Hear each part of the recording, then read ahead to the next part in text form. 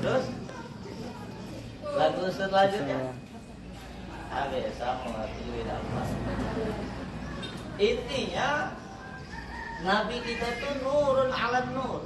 Kalau langit membanggakan ada matahari, ada bulan, maka bumi membanggakan di bumi ada para nabi yang cahayanya di atas cahaya. Nanti di surga pun tidak ada matahari. Betul, tidak ada matahari. Tapi apakah tidak ada cahaya? Jauh lebih terang dari matahari. Di bumi ini ada matahari untuk ujian aja bagi kita, supaya kita tahu bahwa yang memberi kehidupan bukan matahari, tetapi Allah Subhanahu wa taala yang menciptakan.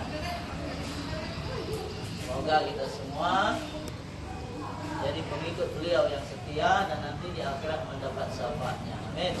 Ya Rabbal alamin. Ibu-ibu sekalian, kami dikasih judul sama panitia lah. Judulnya adab bertamu dan menerima tamu. Intinya dalam skop silaturahim. Silaturahim ini ibu bapak perintah Allah dan sunnah baginda Nabi SAW. Ibu boleh catat bu, ada 29 ayat dalam Al-Quran yang ngajak kita silaturahim.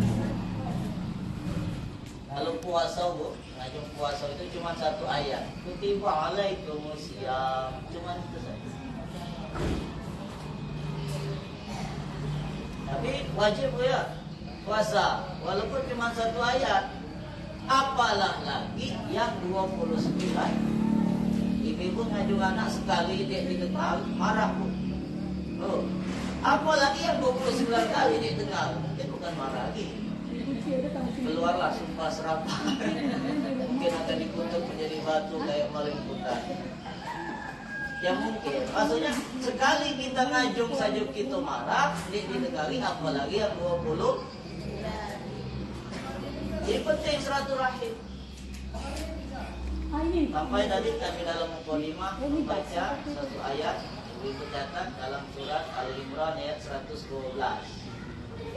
Al-Imran jadi nggak bisa nyatet lagi.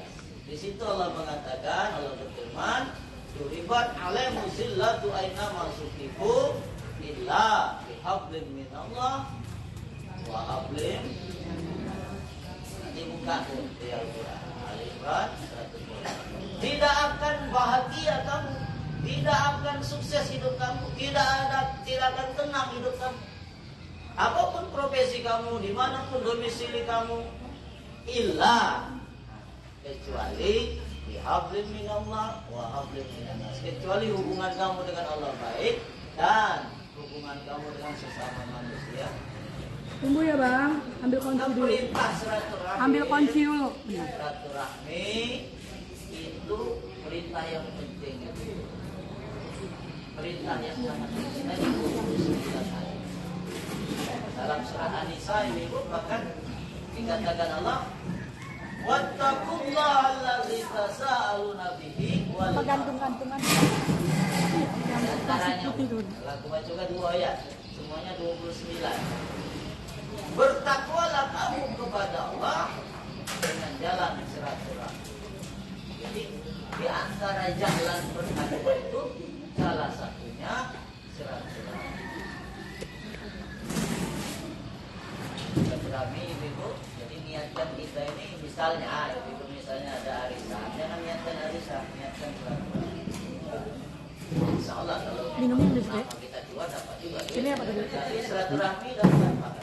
Tapi kalau niatnya cuma nggak arisan, ya sudah dapat arisan, tapi tidak dapat pahala. Karena niat kita bukan ibadah. Nanti dalam Al-Quran berarisanlah kamu. Yang ada bersilaturahmi. Bukan, maaf ya, kalau paham aku tidak melarang arisan, tapi maksud aku di sini, walaupun arisan, niatnya silaturahmi. Dan itu berita. Al-Hadis Sahih, muttafaqun alaih, semua imam mensahihkan Bukhari, Muslim, Tirmidzi semuanya mengatakan dalam hadis Anas radhiyallahu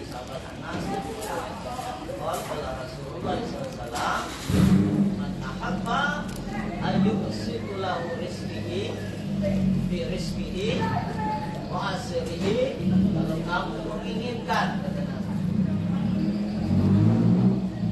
rezeki kamu diberkahi dan umur kamu dipanjangkan. Ini dua doa yang mungkin walaupun pakai bahasa Indonesia sering kita baca. Ya Allah beri rezeki, ya Allah panjangkan umur. Aku yakin dua doa permintaan ini kita selalu baca. Tapi kata Nabi prakteknya fal yusil rahim, hendaklah kamu silaturahmi. Kalau tidak niat kata Nabi, umur kamu dipanjangkan, rezeki kamu diberkahkan. Kalau tidak niat, bukan hanya pengakuan saja, maka hendaklah kamu bersilaturahmi. Jadi kalau silaturahmi itu udah jelas, ada ayatnya, ada hadisnya. Bahkan cuma dulu aku masih dapat lewat kecil dulu. Saking seringnya silaturahmi, mulai pun silaturahmi. Nah, banyak yang membagi gulai tadi. Tapi pagi ini maaf, jarang. Paling lewat WA, di posting gulai. Kalau dulu aku masih ingat kan kecil-kecil dulu. Tiap hari cuma ngantar gulai. Niatnya, ya bukan nak ngambuk gulai, ternyata nak silaturahmi. Pak ini dihilangkan, tadi hilangkan kalau sebut galongan gulai. Padahal jelas kok itu hadisnya. Kalau kamu masak gulai, Nabi banyak akan buah. Kamu kan tetangga ini membaui baunya. Itu zalim kalau tidak dapat, walaupun sudah tua. Tapi ya, untuk masak begini. Main ini kalau kan dia membawa dengan tetangga, karena memang kita cekil pakai aplikasi. Nah, ini maksud aku ibu pentingnya silaturahmi. Tapi yang kita ingin bahas kali ini, karena judul dari panitia seperti itu, adab bersilaturahmi. Adab bersilaturahmi. Yang pertama ibu, waktunya dulu kita bahas. Karena ada waktu yang dilarang bersilaturahmi. Itu dalam Al-Quran. Aku lupa lagi surat apa ini. Tapi mungkin ada yang ingat. Itu ada 3 waktu yang dilarang bersilaturahmi. Dan memang wajar waktu-waktu kita istirahat, terutama siang. Itu tidak tidur, kita kepanasan, beda keluarnya. Assalamualaikum. Hai. Boleh kalau malam. Lalu mulai istirahat. Assalamualaikum. Assalamualaikum. Kan dijawab ini. Dosa. Kan jangan salah wajib kok. Dijawab ini terpaksa. Betul. Yang dilarang siang. Yang kedua malam. Boleh misah. Dilarang. Itu aku juga aja mau istirahat. Yang ketiga sebelum subuh. Hah? Apa? Ya ini waktu yang Allah tetapkan. Kan kadang-kadang ada 50 tahun sebelum subuh. Dia serangan fajar mungkin. Kenapa pulau? Ini lagi bicara politik, lagi rendah. Padahal dia itu tidak bermaksud. Siapa tahu kan serangan fajar sebelum subuh. Tapi ini waktu yang dilarang. 3 ini. Jangan kamu baca, jangan silaturahmi siang, malam, hari misa dan sebelum zuhur. Tapi kalau memang mendesak, terpaksa darurat, kalau darurat, semua yang darurat itu tidak dihukum. Maksudnya lah di luar kewajaran. Kalau darurat, memang pentingnya mendesak waktu memang kenal ya boleh. Nah, tapi kalau bisa dalam keadaan normal 3 waktu ini jangan silaturahmi. Kalau ada tanya, katanya ada season aja. Catat aja, catat. Dicatat aja lah. Ini waktu yang tidak boleh silaturahmi. Terus sebaiknya yang bersilaturahmi itu orang kaya ke orang miskin. Orang kaya ke orang miskin, bukan dibalik, bukan orang miskin ke orang kaya. Kata Nabi, sebaik-baik orang kaya, bukan tidak boleh ya, tolong catat. Boleh jadi orang kaya, boleh, tapi sebaik-baik orang kaya, kata Nabi, orang kaya yang suka silaturahmi ke orang miskin. Seburuk-buruk orang miskin yang sering silaturahmi ke orang kaya. Jadi kalau yang miskin ke yang kaya itu buruk. Tapi kalau yang kaya ke yang miskin Woi bu, kalau kita miskin didatangi jemu kaya, uriang yang gitu. Woi tidak. Tapi kalau jemu kaya didatangi jemu miskin, jangan keluar jawaban dia. Jadi ini tidak ditanya itu. Bukan dibully ya, tapi ini adab. Tadi kan kita bicara adab. Boleh ya, jemu miskin silaturahmi yang kaya boleh, tapi adab. Kalau jemu kaya silaturahmi dengan jemu miskin, dia akan timbul syukur. Datang ke rumah jemu miskin, sekina orang yang taruh alhamdulillah, orang yang di rumah kami Allah. Tapi kalau yang miskin datang lagi, ya Allah itu lah. Balik Pak, atau Pak saya nu, saya cerita urus itu sini, akhirnya lagi udahlah korupsi apa itu. Tapi tolong ini adab ya. Maksud aku bukan tidak boleh kalau orang miskin datang ke rumah orang kaya, bukan. Penguasa atau pejabat datang ke orang ke rakyat itu yang bagus. Dulu Mabil Khattab itu ibu-ibu tiap malam datang ya keliling, mana di miskin datang. Padahal dia presiden di atas presiden. Bukan sudah presiden di atasnya kan. 2/3 dunia ini di bawah kekuasaan. Tapi tiap malam silaturahmi datang ke rumah. Suatu ketika datang ke rumah orang miskin, Mabil Khattab ini nggak ada ibu-ibu ngicek dengan anak gadis soleh. Ibu-ibu. Udah kalau dia datang. Siapa? Kalau tukang datang nomor 1, nomor 2. Dan kan bilang nomor 1 di situ. Kalau tukang lemari tadi. Maka kata anaknya, karena belum keluar Khalifah Umar itu dihukum. Ini kedua, dia bukan di istana. Dia ada tendak dia ke sini. Padahal Umar dan gandeng. Taulah Umar dia keluar, tapi Tuhannya Umar. Akhirnya anak gadis ini dilamar sama Umar untuk jadi istri daripada anaknya. Karena Masya Allah di tengah hutan sepi, ini jujur anak gadis. Padahal mau ngetes, sebenarnya maunya diajar, cuma ada tes iman anaknya. Katanya jangan, walaupun Umar tidak tahu, Tuhannya Umar katanya. Gara-gara seragam dapat buka jodoh. Iya, kan keluar kamu ini dia sembunyi-sembunyi kan keluar kualitas calon menantu. Jadi Allah SWT sebaiknya tadi silaturahmi yang kaya ke yang miskin, yang pejabat ke rakyat, artinya yang di atas ke yang bawah. Ini sebaiknya dan ibu-ibu ini yang tuan rumah, yang merasa tuan rumah ini seharusnya harus gembira.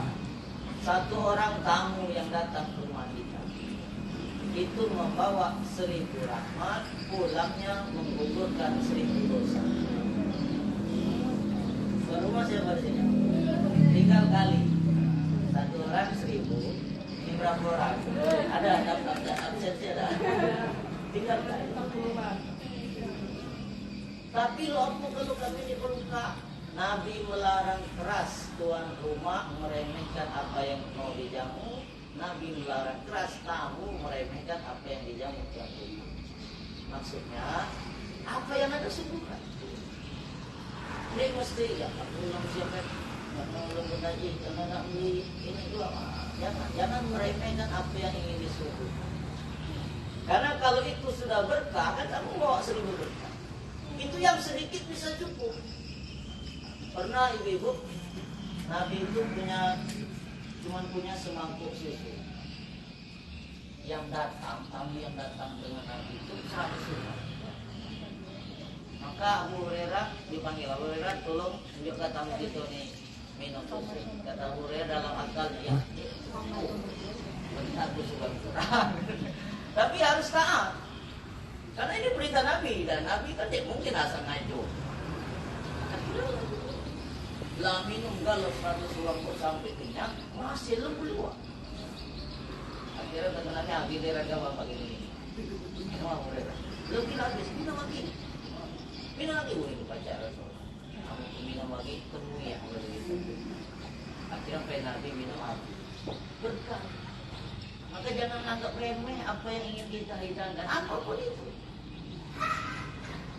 ingin kita rayakan keberkahan, tak boleh satu orang bawa 1000 berkah, pulangnya menggugurkan 1000 dosa. Cuma gara-gara bakwan kayak gitu menghilangkan berkah, menghilangkan dosa.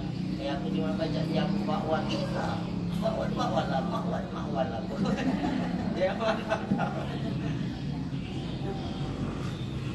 Dan si tamu tidak boleh meremehkan apa yang kita. Jadi jangan sampai gara-gara makanan menghindarkan kita dari tuan rumah. Begitu juga gara-gara makanan jangan sampai tamu tidak mau datang kita. Dan gara-gara pagi ini hari saya di rumah yang miskin aja dilakukan itu. Buat itu dia nggak ada miso, dia nggak ada lontong, titip saja. Itu tadi karena salah niatnya tadi kan. Kalau niatnya silaturahmi, mungkin nitip. Giliran mau kayau, ya cucuk di kota. Nah, ini kan salah paham, bukan berarti dosa, tapi ini salah paham. Ini adab berkah. Terus ibu-ibu, kalau kita bertamu dengan orang miskin, itu jangan mau disuruh duduk dulu baru duduk. Kalau ke orang miskin, ndik aja duduk-duduk lah. Kemudian tuh makanan yang dihidangkannya umpatnya habis. Sebaliknya, kalau bertamu dengan orang kaya, belum diajak duduk jangan mulai. Jangan duduk. Kalau disuguhi makanan jangan dihabisi. Kalau orang miskin makannya dihabisin dia gembira, makanan dia. Tapi kalau jemu kaya makannya dulu ya dia sempat lalu tahu. Habis lucu. Makanya belum lagi ikut ini. Lah ada momennya. Jadi ada adab-adab. Kalau ke orang miskin tidak perlu disuruh duduk dulu. Kalaupun tempatnya kotor, agak kotor, nggak usah disapu-sapu dulu. Apalagi ngajak ambil dulu lap. Kalau pakai yang kotor kan bisa dicuci. Tapi kalau hatinya kotor, hatinya sakit, apa yang nyucinya? Awak mau ada serget alam, serget ini kumur.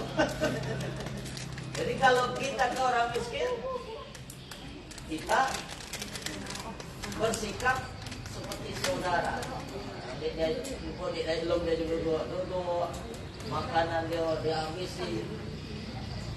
Nabi pernah Nabi itu pernah dijamu oleh seorang ibu-ibu, injak makan, injak jeruk. Jeruk ini masak, tapi Nabi habisi. Kenapa? Karena katanya kalau ini jeruk ini masak, kecewa.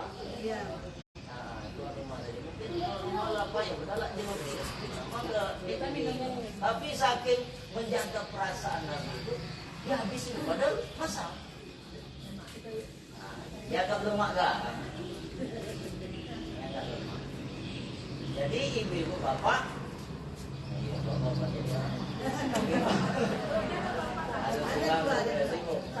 jadi kalau kita bersilaturahmi dengan orang-orang yang di bawah kita, kita tunjukkan bahwa kita ini memang ibaratnya membaur dengan mereka, sama dengan mereka. Bila perlu baju kita bawa jangan yang paling harap. Nitip itulah. Baju yang kira-kira. Pergi dari apa ke Sulau? Baju kita terus. Mobil. Pokoknya bersikap kita seperti mereka. Sebaliknya kalau kita silaturahmi dengan orang kaya atau pejabat, kita pakai baju yang bukan sikap bahwa kita orang yang boleh bilang tidak membutuhkan atau tidak butuh. Inilah ibu-ibu, makanya bersilaturahmi ini memang penting, tapi harus ada batas. Terus yang masih salah, usahakan kamu jangan keluar rumah. Ada juga aku pernah terdapat terus kamu tidak sampai ke rumah, Assalamualaikum. Itu jangan, bos. Kita sebagai tuan rumah jangan memberi duluan salam. Itu haknya tamu. Memberi salam itu haknya tamu. Kita tuan rumah ya wajib menjawab. Jangan kadang-kadang tamu lilis tamu di dalam dulu. Dia akan tersinggung dan dianggapnya dia orang tidak beradab. Beradab tamu lilis salam. Padahal sebenarnya belum aja. Maka jujur salam itu haknya tamu. Jangan kita cuma menyalip. Terus ada waktu mencuri salam. Mencuri salam itu yang bermana? Ada di antara mencuri itu ada yang boleh. Salah satunya mencuri salam.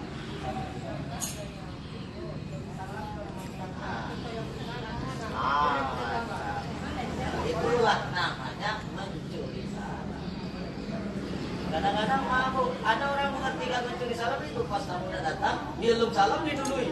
Bukan, itu bukan mencuri salam. Itu melanggar adab. Yang mencuri salam itu tadi betul. Ada juga mau bertamu ke tetangga kita. Assalamualaikum. Tetangga dia jawab, kita yang di sebelah. Waalaikumsalam. Itu namanya mencuri salam. Bukan cuma nak bertamu dengan kita, sebelum dia menjawab salam, dului masuk mencuri salam. Itu pemahaman yang salah. Nah, Lau, tanya kau yang kata saja pertanyaan. Jadi ibu-ibu, itulah ada PC itu nanti, bukan ada pertanyaan. Jadi tamu yang harus memberi salam, tuan rumah yang wajib menjawab salam. Menjawab salam memang wajib. Ini di antara kita ada tentang ibu-ibu. Dulu para sahabat, kalau 3 hari tidak ada tamu datang ke rumah kita, nangis. Musibah. Kalau 3 hari tidak ada orang bertamu ke rumah kita, sahabat-sahabat itu nangis. Apa salah dan dosa kita? Aku cuma dia bertamu. Nabi Ibrahim, ibu, Nabi Ibrahim itu digelari Khalilullah. Khalilullah itu artinya sahabat, CS. Ibaratnya bestilah, bestinya Allah. Kenapa? Salah satu penyebabnya Nabi Ibrahim tidak mau makan kalau tidak dengan tamu. Jadi Nabi Ibrahim itu pernah 3 mil mencari tamu untuk datang ke rumahnya supaya dia bisa makan. Itu Nabi Ibrahim salah satu kenapa dia digelar Khalilullah. Kalau Nabi Musa kan Khalilullah, kalau Nabi Isa Rasulullah, kalau Nabi kita Habibullah. Nah, Nabi Ibrahim itu dapat gelar Khalilullah di antara penyebabnya karena dia punya prinsip tidak mau makan kalau tidak ada tamu. Tidak bertamu boleh makan. Namun kita kan lucu. Nah, kita makan ada tamu, harus saja. Kalau kurai, kamu makan kurai. Padahal itulah masalah yang harus kita suka. Jadi, ibu, tolong tanamkan dalam pikiran kita suatu kehormatan, suatu keberkahan kalau kita ini tiap hari didatangi tamu.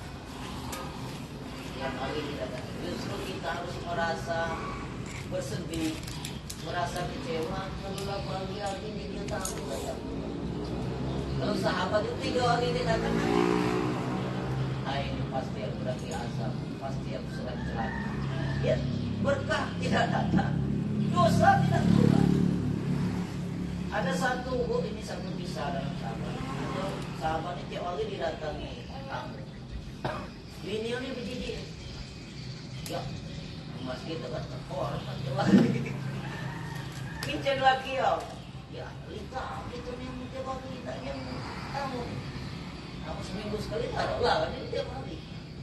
Maka curhatan istrinya tadi oleh suaminya diadukan ke nama dengan dia Rasulullah. Rumah kami protes diri, aku ini kalau jawab aja, jawab. Maka kata Nabi, gampang. Nabi dapat bulan rumah, pas tamu kabar balik, tetap utang. Tapi pas tamu kabar balik, anyok diri dapat keluar, minat di jalan, minat di belakang tamu dan keluar. nyata ada kisah dalam hadis setelah tamunya keluar, istrinya tadi kan diajak Mina di belakang tamu untuk penyakit untuk disambut ini Allah mungkin untuk pergi dari rumahnya itu mukjizat Nabi kita memperlihatkan kepada istri sahabat tadi supaya harusnya riang bukan malah begitu ya, tapi ya wajar karena belum tahu kan wajar lah kan, tapi Nabi perlihatkan itu akhirnya dia semangat. Jadi tamu itu penting, ada tamu itu suatu kalaupun masalah jamuan ya ada apa yang ada kita lihat. Bahkan itu dalam Al-Quran dikatakan perdagangan yang paling menguntungkan adalah menjamu tamu. Perdagangan yang paling menguntungkan itu dagang manisan atau dagang keuntungan untung 1 juta atau 10 juta itu belum. Yang paling menguntungkan itu kalau datang tamu tidak bisa menjamu, kata Nabi, itulah perdagangan yang paling menguntungkan ya. Tapi kan kita tidak berdagang. Perdagangan di sini maknanya luas, bukan hanya jual beli. Ini kan perdagangan di sini perdagangan akhirat. Kita keluarga biaya sedikit di dunia ini demi pahala berkah nanti di akhirat. Dan perdagangan paling menguntungkan. Menggugurkan 1000 dosa kalau satu tamu itu kan luar biasa menguntungkan. Jangan anggap sepele dosa, Bu. Belum simak ibu, satu dosa yang tidak diampuni Allah. Aku ulangi, yang tidak diampuni Allah. Garis bawahi, yang tidak diampuni Allah itu akan menyebabkan kita masuk neraka dulu. Jadi masuk neraka ini tidak mesti banyak dosa sedikit, tapi itu tidak diampuni Allah, neraka benar. Paham ya? Bukan berarti ampun itu masuk neraka kalau kita ampun dia diampuni Allah. Nabi Adam, Bu, dia taubat 40 tahun nangis bercucuran air matanya. Cuma suntik dosanya. Dan buah kulit. Bukan yang lain-lain. Jangan anggap Nabi Adam itu diusir dari surga berdosa besar. Dosa cuma tentang buah kulit. 40 tahun nangis bertobat sampai kata Nabi kita, seandainya air mata Nabi Adam ini dilungguakan, seandainya, tapi kan tidak, seandainya dibandingkan dengan air mata anak cucunya sampai kiamat, lebih banyaklah air mata Nabi Adam. 40 tahun. Tobat cuma gara-gara makan. Boleh suntik. Kan Nabi Adam paham kalau ini dia diampuni neraka padahal. Jadi seharusnya pun kita gembira kalau datang tamu. Alhamdulillah sebab ini 1021 ya. Oh ya ada 2. Alhamdulillah. Seharusnya dan tapi ya nanti belum jangan apa modal dikit itu jangan kita singgung-singgung. Kita lihat keuntungan yang besar. Jadi ibu kalau misalnya ini ada pertemuan atau dari siap-siap ke rumah, kita bayangkan berkah ribuan dosa ribuan diampuni. Kamu modal 100.000 dolar, serah bisa kita. Utang juga sunnah, Bu. Utang itu sunnah. Nabi itu menjelang lagi wafatnya pun ada utang. Nabi itu menggadaikan, bukan utang, menggadaikan baju perangnya. Ketika nikah masih belum lunas, tapi ya ada lunas begitu kan baju, bukan utang deh. Maksudnya biasa, utang-utang demi menjamu tamu itu biasa. Sama-sama. Nabi itu hanya membini Allah bahwa ada luka, jadi utang berarti kita aja utang biasa. Biasa utang jangan biasa, nggak nikah karena utang kan biasa. Apalagi nggak dapat berkah, nggak dapat maghfirah. Nah, pertanyaan penting. Ini aku jawab lagi. Nah, yang lain ya. Lopo kalau kita memang baik, kata Nabi ini mungkin yang mau beriman belum mati sebelum utangnya lunas. Itu janji Nabi. Kalaupun dia mati pasti ahli beriman ibu, bukan munafik. Ada munafik kan memang niat berhutang itu baik. Memang niat. Aku nak berhutang dengan ibu itu dia cengkraknya, dia kenagi ya. Niat itu memang baik, nah itu bukan cuma beriman. Tapi kalau orang beriman, Nabi berjamin tidak akan mati orang beriman sebelum hutangnya dilunasi Allah. Kalaupun dia mati, ahli warisnya bisa melunasi. Catatan tadi beriman. Yang beriman itu kan mungkin ada niat untuk bayar hutang. Tapi yang ada niat untuk bayar hutang itu kita coretlah dalam daftar beriman. Bayar hutang. Jadi, masya Allah. Jadi adab silaturahim bertamu ini penting kita jaga supaya silaturahmi kita tadi bukan hanya dapat keberkahan, panjang umur di sini bu, bukan berarti usia kita 10 tahun, 100 tahun, bukan. Walaupun kita sudah meninggal, namun kita tetap berkenal. Wilunya nih bu, Allah 10 tahun, wilunya nih bu, aku masih teringatnya nih. Padahal 20 tahun, 30 tahun dia meninggal, masih terkenal dan pahala masih ngalir. Itu maksudnya panjang umur. Silaturahmi itu panjang umur. Atau umur Nabi kita 63 tahun, bukan 100, bukan 1000. Nabi itu 1008 tahun.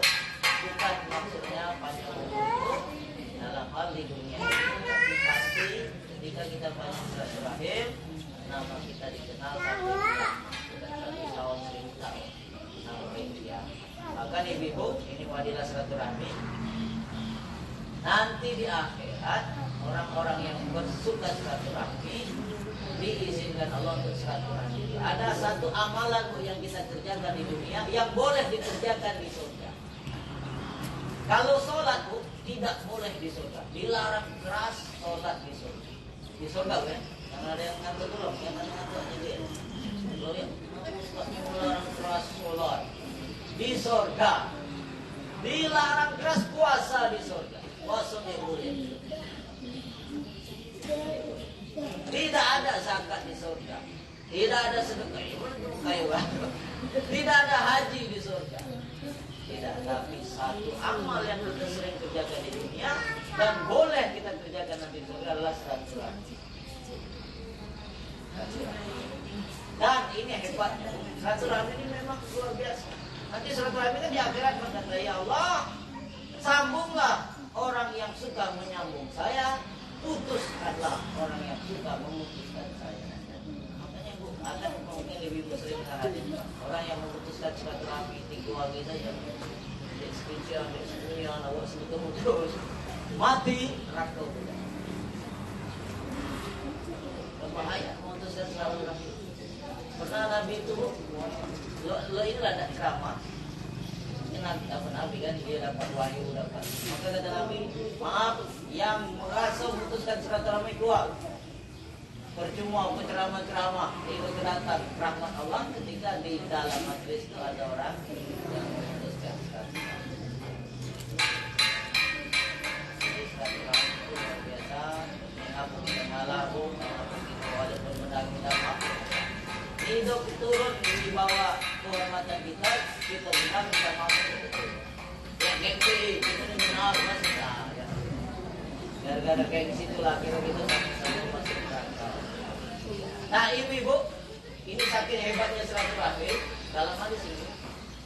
Ketika kita suka silaturahmi, lantas bu kita di surga silaturahmi itu dia bertemu. Banyak benar ini, akhirnya bertanya, ya Allah, aku nak silaturahmi dengan si Fulana. Tapi dia bertemu di surga. Ya, aku di sebelah surga. Ya kemana lagi di surga?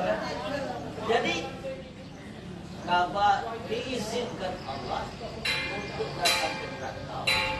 Tapi setelah dia masuk neraka, api neraka itu redup, tidak panas. Dengan dia, setelah dia ketemu, dia ambil kawannya tadi, dibawa ke surga, barulah api tadi pulang hidup. Mulia bu. Misalnya kawan akrab kita kan, misalnya mulia tahu aja, misalnya kawan akrab kita tiba-tiba dia akhirat kok boleh berbelah kan? Boleh ya kita datang, ngambil ulung, belah, ikut aku ke surga. Apalagi suami istri, apalagi anak beranak, kawan aja. Asal di dunia memang nyambung silaturahmi. Kalau di akhirat, kamu di dunia mutus, ya, jadi putuskan juga orang yang memutuskan. Itu hebatnya musuh. Bukan berarti yang itu bosan itu pernah sholat lagi, kok saya buka. Tentang dia boleh sholat di surga, dia sholat lagi buka. Itu ya rukun iman, rukun Islam aja. Cuman maksud aku dalam hal ini kita tak melupakan ini silaturahmi, kedahsyatan silaturahmi. Sebaliknya dasar juga ancaman azab bagi orang yang memutuskan. Nanti ibu di akhirat itu aku agak lupa tapi ada hari Senin, hari Ahad, mulai Ahad, hari Ahad itu kalau Arab itu kan sebenarnya mulai hari itu Minggu Ahad itu bilang ke Ahad di belakang. Saudara Ahad kan satu artinya, ya pakai satu ke nomor 7. Kita kan biasa Senin, Selasa, Rabu, Kamis, Jumat, Sabtu, Minggu. Sebenarnya yang dulu itu Ahad, bukan yang dulu. Ahad, Senin kan 2 artinya. Selasa, bahasa itu Selasa kan. Padahal bahasa Arab itu sebenarnya nama-nama hari itu bahasa Arab. Cuma karena kita tak mampu kita dulu Ahad diganti Minggu ini cuma sejarah. Jangan tanya ke aku lah. Masa Ahad diganti Minggu? Ahad itu silaturahmi antara anak dan orang tua. Hari Selasa, hari Senin itu guru dan murid. Hari Rabu itu izin imam, maksudnya semua saudara muslim boleh bertemu. Tapi kalau Ahad tadi cuma anak-anak. Kalau Senin satu murid dengan guru. Kalau Selasa itu imam, boleh galau.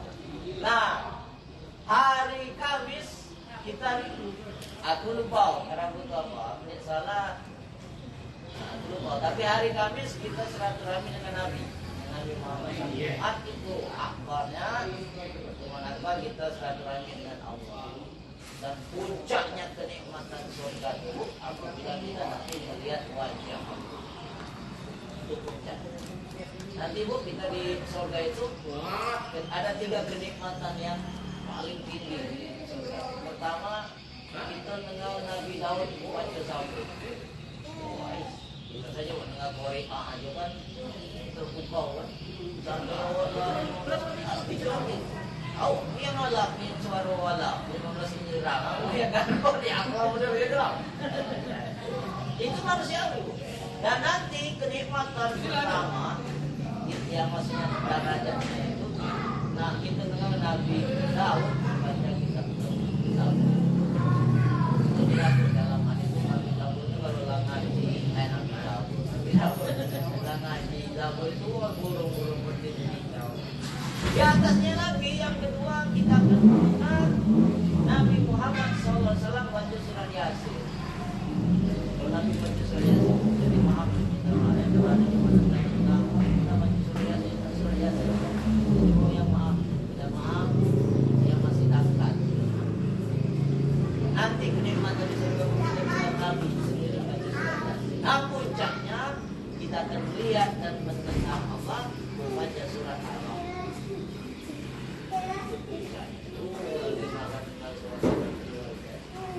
Hilang. Dan di surga itu tidak ada kenikmatan yang terulang. Maksud aku misalnya kita makan, suapan pertama lemah, suapan kedua lebih lemah dari yang pertama, ketiga lebih lemah dari kedua. Terus kamu di dunia kan memang ini 1, 2 makan apalah 20 nanti lemah. Oh, asal gue apalah 20 makan master lah ini lemah lagi. Kamu yang pertama sekali lemah master itu sama. Lah kedua aku di surga bu tidak ada kenikmatan yang berulang dan tidak ada istilah buang air, buang angin itu. Terus jadi apa? Jadi sendawa. Oh tapi nikmat. Jadi keringatnya lebih harum dari minyak kasih. Dan akhirnya ditegur malaikat, woi, jadi udah kamu makan saja. iya, supaya dapat kabar nila 70 tahun maka. Jadi itu dia lah yang apa tak tahu ya lah. Nanti ada apa terus? Ini dia cerita. Kenyang. Oh iya, dia cerita nak buang. Ya oke. Baik ini terkuat. Woi, jadilah Ustaz. Lalu biar 30 menit. Jadilah.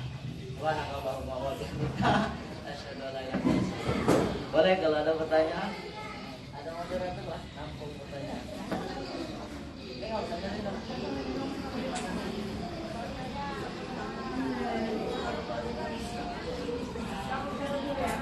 Yang diulangi langsung tanya, boleh.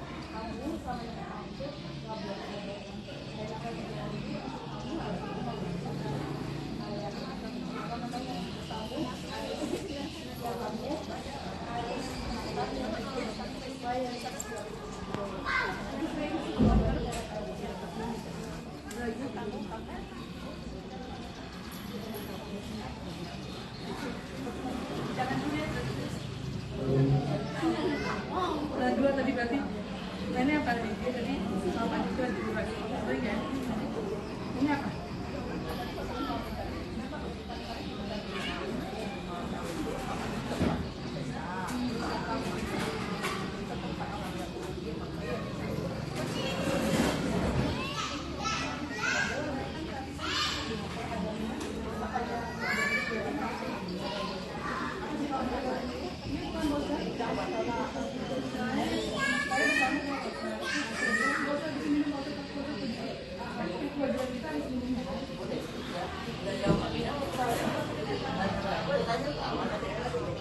Lagi? Boleh berapa?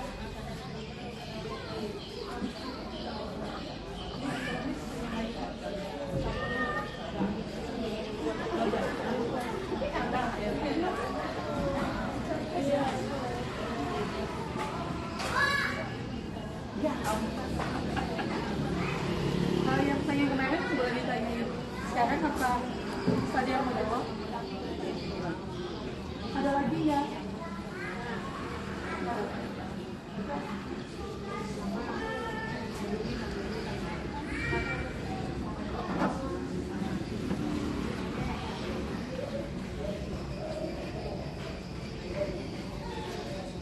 Ini pertanyaan yang umum kadang-kadang pun ditanyakan orang. Aku pernah juga ditanya di motor, sama Ustaz aku ini lah ini boleh kita orang di mana pokoknya kebaikan itu kan tapi nama seolah-olah harus ini seret seolah kita yang ibadah tadi temannya silaturahmi rezeki diberkah hari mudah tapi aku ini seolah-olah banyak beribadah banyak berdoa zikir istighfar sholawat, tapi seret terus. Ini gimana ini Pak Ustaz? Apakah ibadahnya yang salah? Maka ibu-ibu tolong dipahami. Kita ini kadang-kadang mengartikan rezeki itu kita bersempit. Kita nganggap rezeki itu tanci. Bukan tanci, bukan rezeki. Seolah-olah itu kan. Kalau memang seperti itu, kita mengartikan rezeki itu tanci, ya memang akan sempit.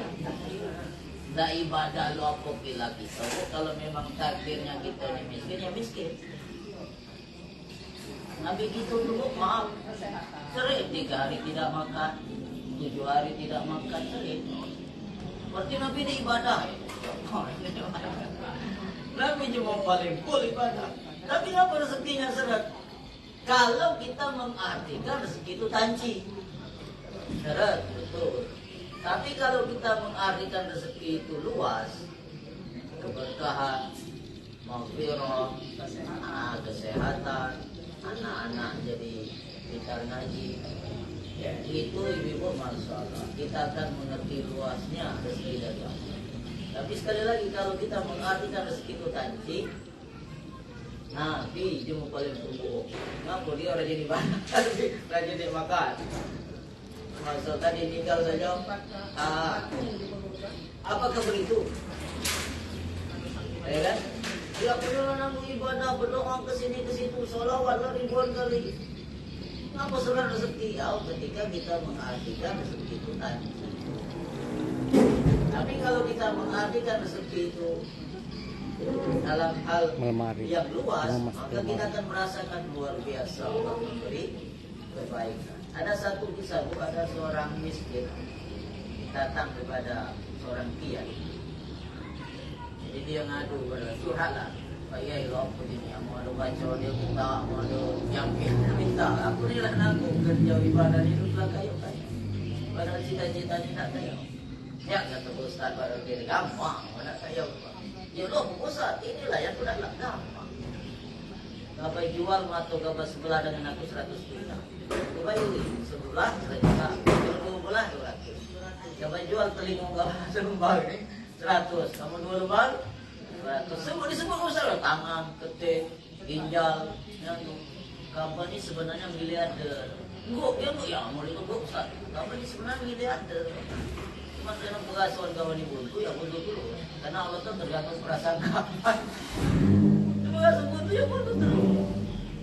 Tapi aku ni kaya, memantau, ada je mau dibaca kita. Aku bertelinga saya ada je mau buka. Aku bergenting, ada je mau setrum.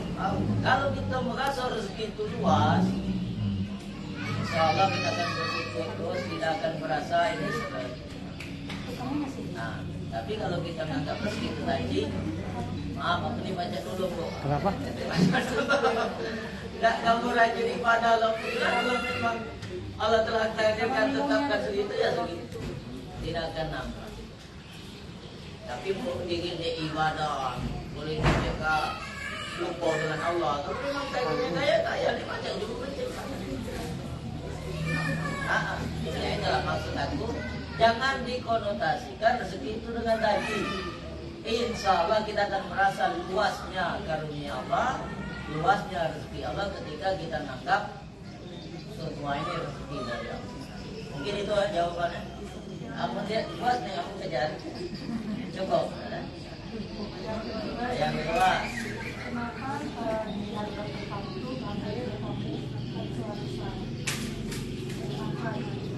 yaitu kalau dalam Al-Quran ini Bu, kenapa 3 waktu tadi kita dilarang bertamu siang, malam dan sebelum subuh? Dalam Al-Quran itu dikatakan waktu-waktu aurat, waktu-waktu aurat. Nah, di antara aurat itu ya amu kita kan ambil batas amulan tino kan, auratnya selain telapak tangan dan wajah. Tapi maksud aurat di sini ya waktu-waktu yang dia boleh kita menuju mau. Ibaratnya mungkin cuma nak istirahat, mungkin waktu lagi tidak siap untuk berhijab, ini ada lingkar dan kebanasan. Dan waktu-waktu memang orang tuh ya kita sendiri memahami kan siang, apa dia bekerja malam, kita kan bukan kita bentuk untuk ditamui kan, tapi itu memang waktu-waktu itu adab tadi. Waktu-waktu itu yang Allah katakan waktu aurat, waktu kita sebaiknya jangan bertamu. Di antaranya begitu, Bu. Kenapa dilarang? Di antara penyebabnya mungkin jumlah itu dan kita nggak istirahat.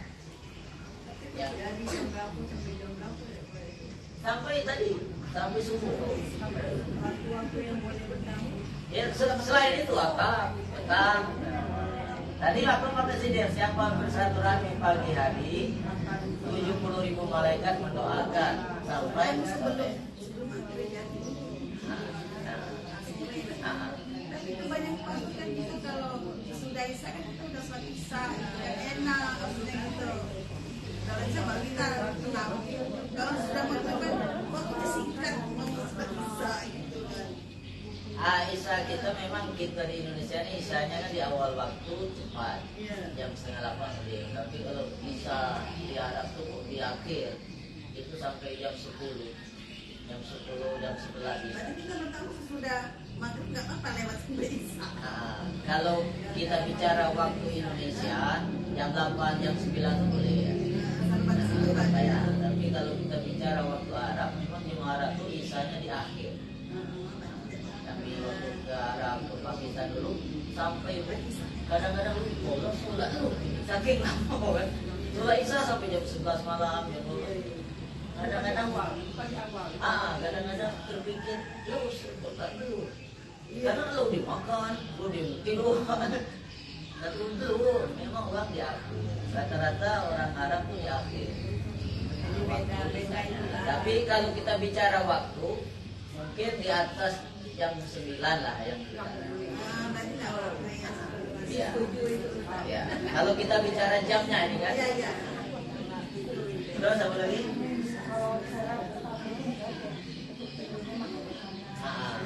Ya, ibu-ibu, ukuran kita ngasih salam, kalau pintu tuh ditutup ya kita ketuk. Tapi sebenarnya nggak ada perintah untuk pintu.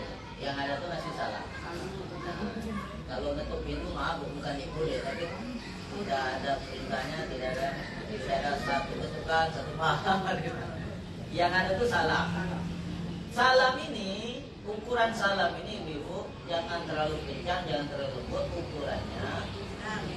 Nah, ukuran suara kita itu, kalau jemu jagau kedengaran, kalau jemu tidur tuh bangun. Nah, kalau misalnya jemu tuh tidur, dengan salam itu dia tuh bangun.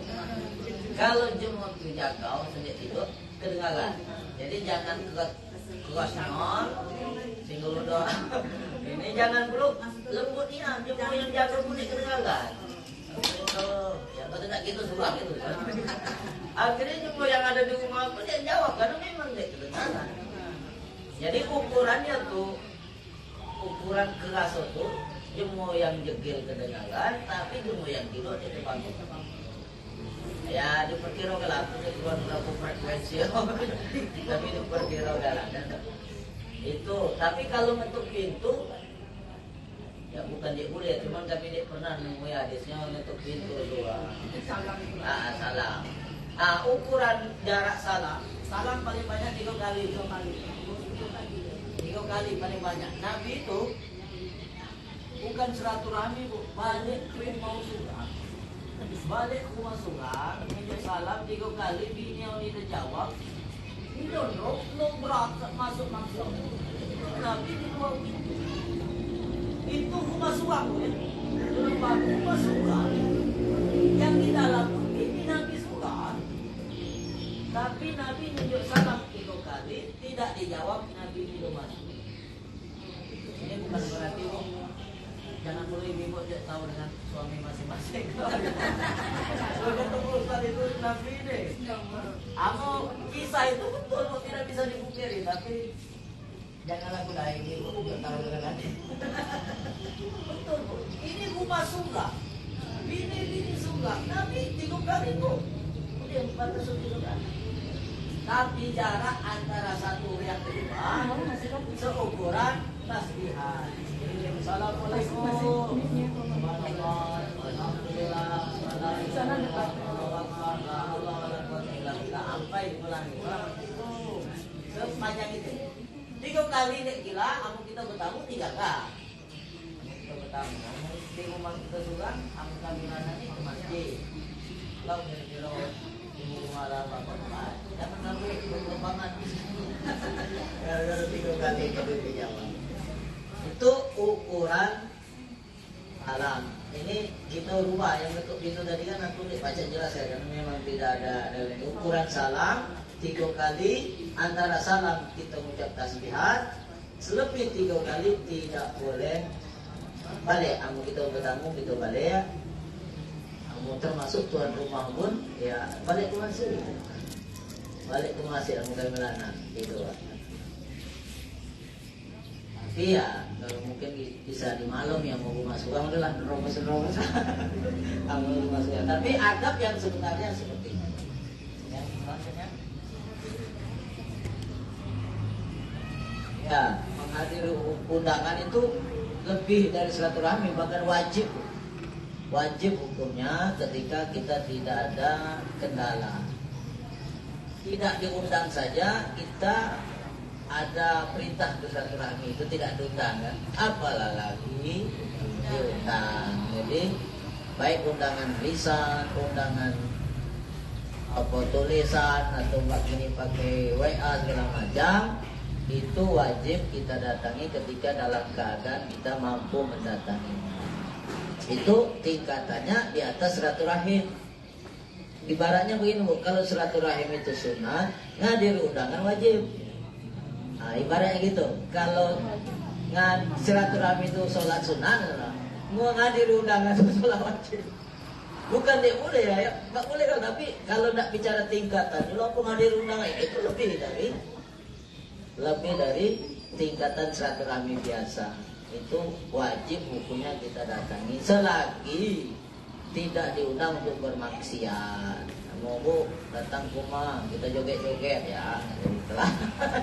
Misal kan ada undangan bermaksiat, Bu datanglah ke rumah, hanya ada orang tunggal gitu joget-joget. Nah, mau undangan itu, nah, tidak wajib kita mendatangi. Ini maksudnya undangan dalam keadaan normal, sedang makan-makan atau ngobrol-ngobrol biasa. Tapi kalau sudah ada unsur maksiat, ya tidak wajib. Ya kalau tidak ada unsur maksiatnya wajib. Tapi ketika ada unsur maksiatnya, ada acara ulang tahun tapi di kuburan itu ini benar, niup lilin dengan kuyang benar itu kan maksiat.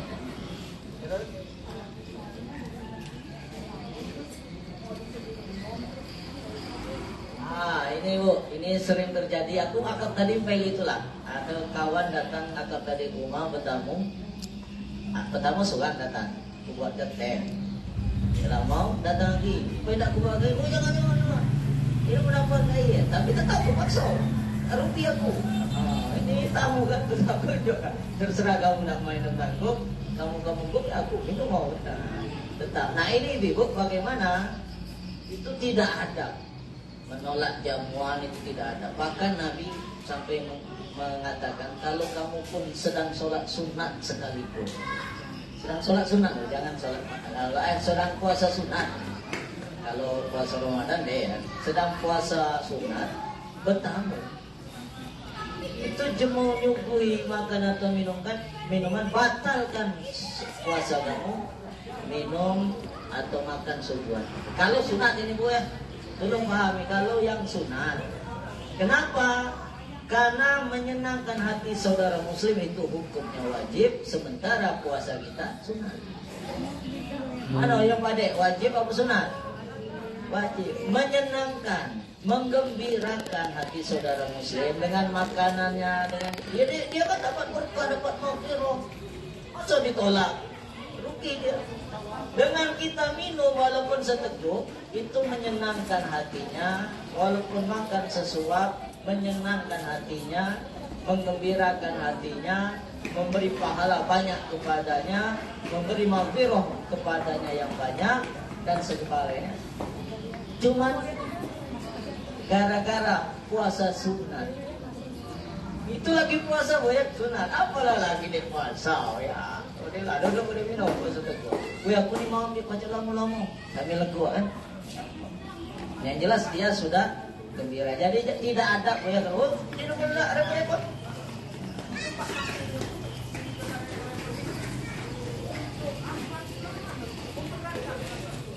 Justru kita tidak minum memberatkan. Dia tidak dapat pahala, dia tidak dapat berkah, dia tidak dapat fadilah dari menjamu tamu tadi.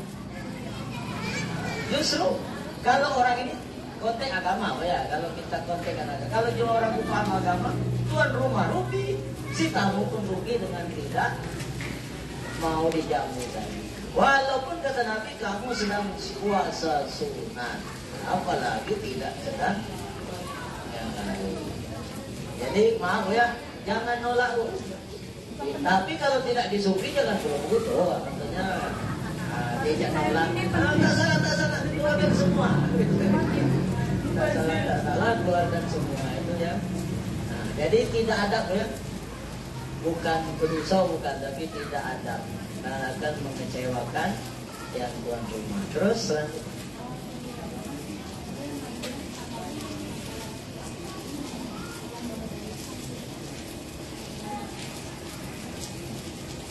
Ini Bu, ada kasus ada orang tidak mau bayar utang. Gimana sih piutang? Itu pertanyaan. Nah, misal kita ini piutang kan, jamin-jamin kan. Gimana orang tidak mau bayar utang? Alhamdulillah. Kata Nabi, selama orang tidak bayar utang, selama itu pahala ngalir terus kepada kita. Wih, setahun dia bayar utang, setahun kita dapat pahala gratis ya gitu ya. Tapi dia mati, nanti di akhirat kita tagih. Kalau dia punya pahala, pahalanya untuk kita. Kalau tidak punya pahala, dosa kita untuk dia. Apa yang rugi? Kita sebagai piutang tidak. Di dunia kita tidak rugi. Semakin lama dia bayar utang, semakin banyak pahala. Di akhirat lagi. Tapi yang mau ini bangkrut itu tidak. Bangkrut atau tidak itu Allah telah tetapkan. Memang rezeki itu cuma satu, itulah ketiga. Pintu rezeki ini banyak. Pintu rezeki ini Bu, kata Nabi, lebih banyak yang kita tidak duga daripada yang kita duga-duga. Ulangi, tolong pahami, pintu rezeki ini lebih banyak dari yang tidak terduga daripada yang kita duga. Mungkin kalau PNS yang kita duga kan tanggal 1 ini yang diduga kan. Tapi sebenarnya yang tidak terduga itu lebih banyak. Kalau petani, ini panen ini yang terduga kan. Yang tidak terduga itu lebih banyak. Pedagang, ini ada pelanggan, itu terduga. Tapi yang tidak terduga itu lebih banyak. Maka tolong pahami, rezeki yang tidak terduga itu lebih banyak daripada yang kita duga. Yang kita duga kan kalau dia bayar utang harus ini, itu yang kita duga. Tapi yang tak terduga lebih banyak. Jadi jangan cemberut gara-gara yang terduga itu tidak terrealisasi. Ini bayar utang. Senyum aja, syukur. Kapal sambil semakin lama kapal di utang, semakin banyak pahala. Karena enjoy. Tapi kalau gitu sempit mengartikan rezeki, ya itu tadi akhirnya. Terus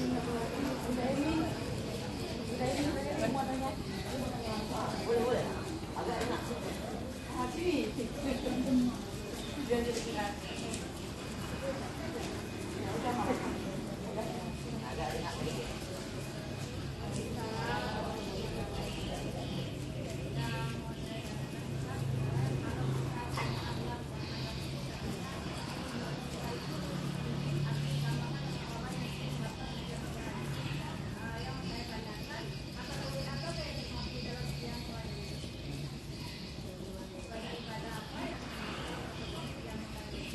Jadi ibu bapak, adab itu lebih tinggi dari ilmu.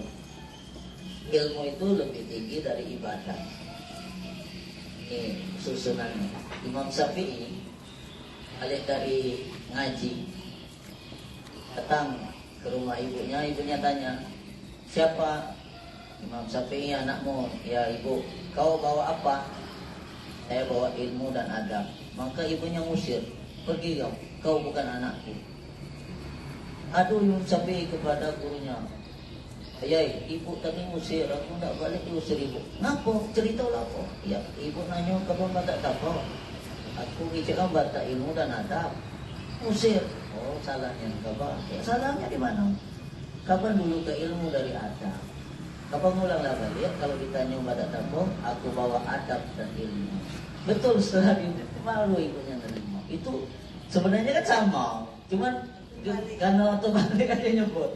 Tapi ibunya nih enggak, karena lebih tinggi adab daripada ilmu. Ibu-ibu, kalau kita lalu di hadapan orang yang lebih tua, nunduk itu tidak ada ilmunya. Bukan, itu adab. Jadi orang beradab itu pasti berilmu, tapi orang berilmu belum tentu beradab.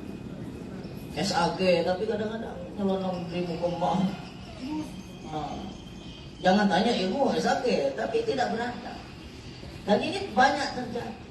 Jadi adab itu lebih tinggi daripada ilmu, dan ilmu lebih tinggi dari ibadah. Ini konteks dari qiyamul lail kan ibadah. Sementara ibadah itu di bawah ilmu, ilmu di bawah adab. Maka adab itu contoh kan, misalnya nunggui jemut tua sakit, saking beradabnya dia tidak sempat tahajud, dia sempat ngaji, nunggui jemut tua fokus, itu lebih tinggi daripada dia dan dia meninggalkan ma'au tadi atau kayak tadi untuk qiyamul lail, itu lebih tinggi, betul. Terus misalnya lo ibu-ibu kan, ini minta maaf loh, minta maaf. Misalnya ibu-ibu enggak sholat tahajud, tapi misalnya laki yo ini misal kan, ini apa melo, itu lebih tinggi ikram dengan suami daripada sholat tahajud. Bahkan luar biasa bu. Maaf ini bukan aku mendekatkan ibu-ibu. Ibu-ibu ini dilarang puasa sunat tanpa izin suami, dilarang yang sunat-sunat, kalau yang wajib ini yang wajib-wajib tidak boleh melarang kan? Itu saking tingginya adab dengan suami, adab dengan orang tua, adab dengan yang lain-lain. Dan kadang-kadang adab ini ibu bapak tidak ada dalam ilmu, seperti satu contoh dari yang kalau lalu di muka nunduk itu tidak ada ayatnya, tidak ada hadisnya, tidak. Tapi adab, dan adab ini ketika dia sesuai dengan agama itu lebih tinggi daripada ilmu. Lo misalnya kita, lo Sayyidina Ali itu dia tidak ke masjid, nggak terlambat sebenarnya. Tapi ketika ada jemaat tua di muka, ini adab kan dia boleh melalui jemaat tua, harus di belakang yang mau berjalan. Nah, karena jemaat tua ini berjalan lambat, dia melambat pulau karena ada di belakang. Awak inilah terlambat sebenarnya, tapi gara-gara berjalan di belakang jemaat itu tambah lambat. Itu Nabi bu rukuk lama. Pas udah sholat, sahabat nanya, ya Rasulullah, kenapa rukuk kali ini lamanya? Aku nak nunggu Sayyidina Ali. Karena kalau ukuran sholat tuh bu, kami lanang kan, yang berjamaah. Ukuran kita tertinggal satu rakaat tuh kalau jumlah dia bangkit dari rukuk. Tapi kalau kita masih dapat rukuk, masih dapat itu rakaat. Maka Nabi lama nak nunggu tidak. Ternyata ditanya ya Ali, apa melilis? Masih itu ya, aku tuh sebenarnya melilis, tapi kan di muka aku nih cuma tua. Terpaksa aku ikuti, kan dia boleh nyalip, dia boleh minta. Padahal dari segi ilmu, ya lebih pandai lah ini kan sholat berjamaah. Tapi ini ada. Yang mau bicara ilmu lebih tinggi kalau dia ikut dengan Nabi sholat berjamaah, takbiratul ula dapat. Kenapa Sayyidina Ali tahan melambat dan Nabi pun di luar kebiasaan melambat untuk menghargai adab ini. Jadi adab itu lebih ditinggikan. Makanya kita ngajari anak nih bu, jangan sedang ngajari kitab, tapi ngajari adab. Lo ngaji minta maaf, lo ngaji Al-Quran itu jangan di bawah kaki. Tidak ada itu, tapi tidak ada memang kalau dari segi hadis ayatnya. Tapi tidak ada, harus lebih tinggi dari kaki kita. Ngambil Al-Quran bu, kalau tidak maaf kalau dalam keadaan kita ngambil Al-Quran tangan dua. Tidak boleh kalau satu, kalau tangan dua. Kalau mau dibawa, belum. Kalau misalnya mau ada lagi Al-Fatihah, yang ada Al-Fatihah di atas.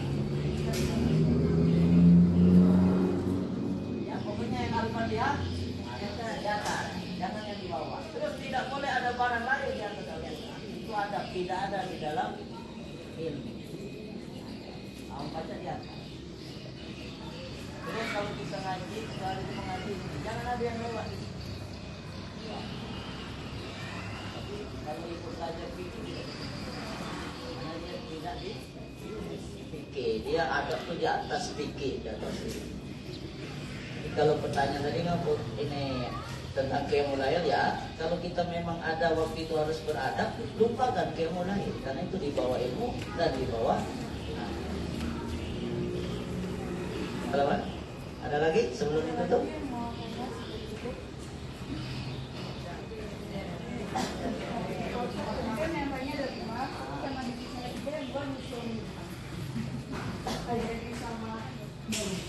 Jadi apa sih pertanyaannya?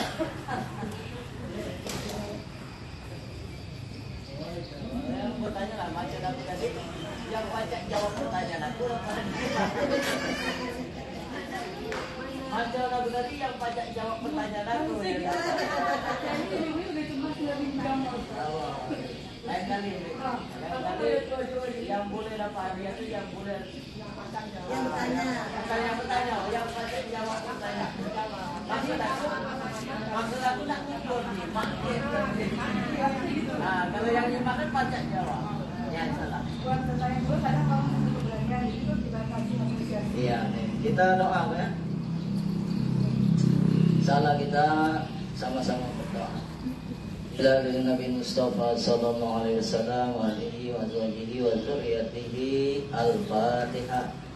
A'udzubillahi minasyaitonir rajim. Bismillahirrahmanirrahim. Alhamdulillahirabbil alamin arrahmanir rahim maliki yaumiddin. Iyyaka na'budu wa iyyaka nasta'in ihdinas siratal mustaqim. Siratal ladzina an'amta 'alaihim ghairil maghdubi 'alaihim waladdallin. ثم إلى أهل القبور من المسلمين والمسلمات والمؤمنين والمؤمنات خصوصا إلى المغفورين وعلى فلان والمغفور عثماني بنت سامية والمغفور طيب قوي بن عبد القوي والمغفور نورعيني بنت نورعلا والمغفور بن Perangin Amin bin Lantas Perangin Amin والمغفور Asmiran bin Asari Al-Fatihah. A'udzubillahi minasyaitonir rajim. Bismillahirrahmanirrahim. Alhamdulillahirabbil alamin arrahmanir rahim maliki yaumiddin. Iyyaka na'budu wa iyyaka nasta'in ihdinas siratal mustaqim. Siratal ladzina an'amta 'alaihim ghairil maghdubi 'alaihim waladdallin. Amin. Tsumma ila hadinat wa ridha ta'ala al-Fatihah. A'udzubillahi minasyaitonir rajim. Bismillahirrahmanirrahim. Alhamdulillahi rabbil alamin arrahmanir rahim maliki yaumiddin. Iyyaka na'budu wa iyyaka nasta'in siratal mustaqim. Siratal ladzina an'amta 'alaihim ghairil maghdubi 'alaihim waladdallin. A'udzubillahi minasyaitonir rajim. Bismillahirrahmanirrahim. Alhamdulillahi rabbil alamin wassalatu wassalamu ala asyrafil anbiya'i wal mursalin sayyidina Muhammadin wa ala alihi wa sahbihi ajma'in. Ya awwalul awwalin ya akhirul akhirin. Ya dzal quwwatil matin ya rahimul masakin ya arhamar rahimin. La ilaha illa anta subhanaka inna kunna minadz zalimin. Rabbana zalamna anfusana wa illam taghfir lana wa tarhamna lanakunanna minal khasirin. Rabbana ighfir lana dzunubana wa liwalidina warhamhum kama rabbawna shighara. Wa lil mu'minin wal mu'minat wal muslimin wal muslimat al ahya'i minhum wal amwat. Allahumma hdina siratal mustaqim siratal ladzina an'amta 'alaihim minan nabiyyin wasiddiqin wasuhada wassalihin wa husna ulaika rafiqa. Allahumma inna nas'aluka imanan kamila wa yaqinan shadiqa wa qalban khashi'an wa lisanan zakira wa ilman nafi'an wa 'amalan mutaqabbalan wa niyatan khalisan wa waladan shalihan wa umuran tawilan wa rizqan halalan thayyiban wa mubarakan. Allahumma inna nas'aluka afwa wal afiyat fid din wad dunya wal akhirah. Allahumma inna nas'aluka ridhaka wal jannah wa na'udzubika min sakhatika wan nar. Rabbana hab lana min azwajina wa dzurriyyatina qurrata a'yun waj'alna lil muttaqina imama. Rabbana atina fid dunya hasanah wa fil akhirati hasanah wa qina azabannar. Wa sallallahu ala sayyidina Muhammadin nabiyil ummi wa ala alihi wa sahbihi wa barik wa sallam. Subhana rabbika rabbil izzati amma yasifun wa salamun ala mursalin walhamdulillahi rabbil alamin. Bila taufiq wal hidayah. Wassalamualaikum warahmatullahi wabarakatuh. Benar kan?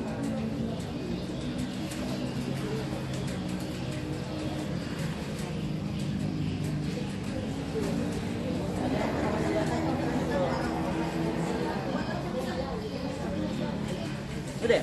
Nih.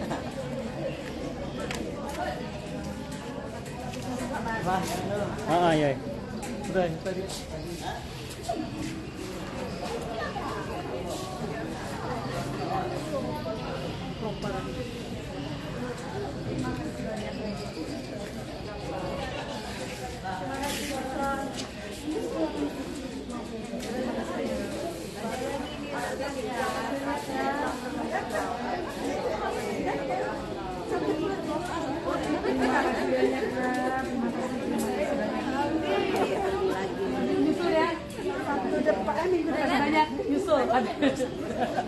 Minggu depan ngaji aja. Minggu depan ngaji aja.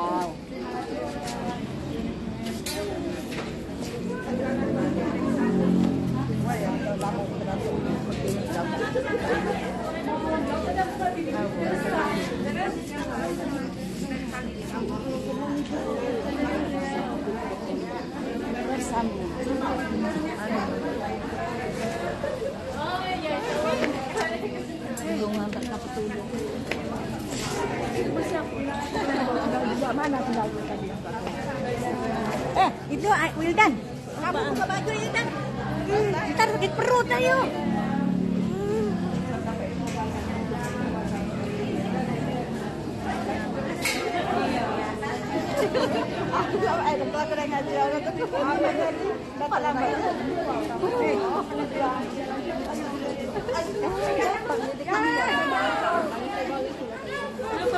Jatuh. Jatuh. Helen, ini dia belum buka baju ya?